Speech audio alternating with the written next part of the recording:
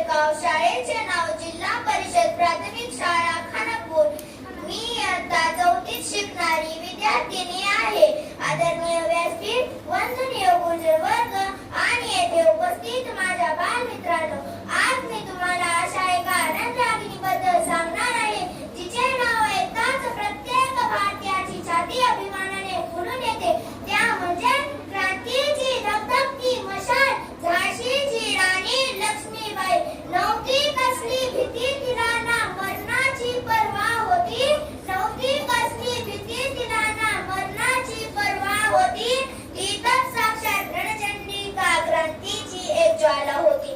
ती तर साक्षात रणचंडिका क्रांतीची एक ज्वाला होती. हातात तलवार, पाठीवर बाळ अन डोळ्यात तिच्या आग होती.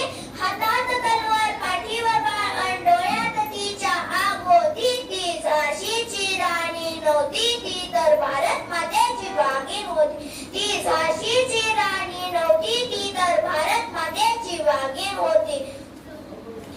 राणी लक्ष्मीबाई यांचा जन्म 19 नोव्हेंबर 1828 रोजी वाराणसी येथे एका मराठी कुटुंबात झाला. त्यांच्या बालपणीचे नाव मणिकर्णिका होते. लहानपणापासूनच त्यांना घोडेस्वारी, तलवारबाजी आणि नेमबाजी प्रचंड आवडत होती. त्यांचा विवाह झाशीचे महाराज गंगाधर नेवाळकर यांच्याशी झाला. लग्न झाल्यानंतर त्यांचे नाव लक्ष्मीबाई ठेवण्यात आले. राणी लक्ष्मीबाई या समीकरण आणि शस्त्रास्त्रामध्ये अत्यंत कुशल होत्या. राणी लक्ष्मीबाईंनी एका मुलाला जन्म दिला, पण काही महिन्याने ते पण मरण पावले. आपल्या राजगतीचा वारस असा लहानपणीच निर्मात्याने हिरावून घेतला.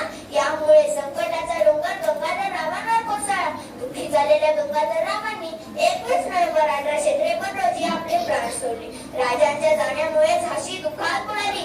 याच वेळी इंग्रजांनी त्यांच्या मुठीवरचा अवलंब करून झाशीवर हल्ला केला. राणी लक्ष्मीबाईंनी तोफांशी लढण्याची राजनीती आखून आपल्या विश्वासू लोकांना तोफखाने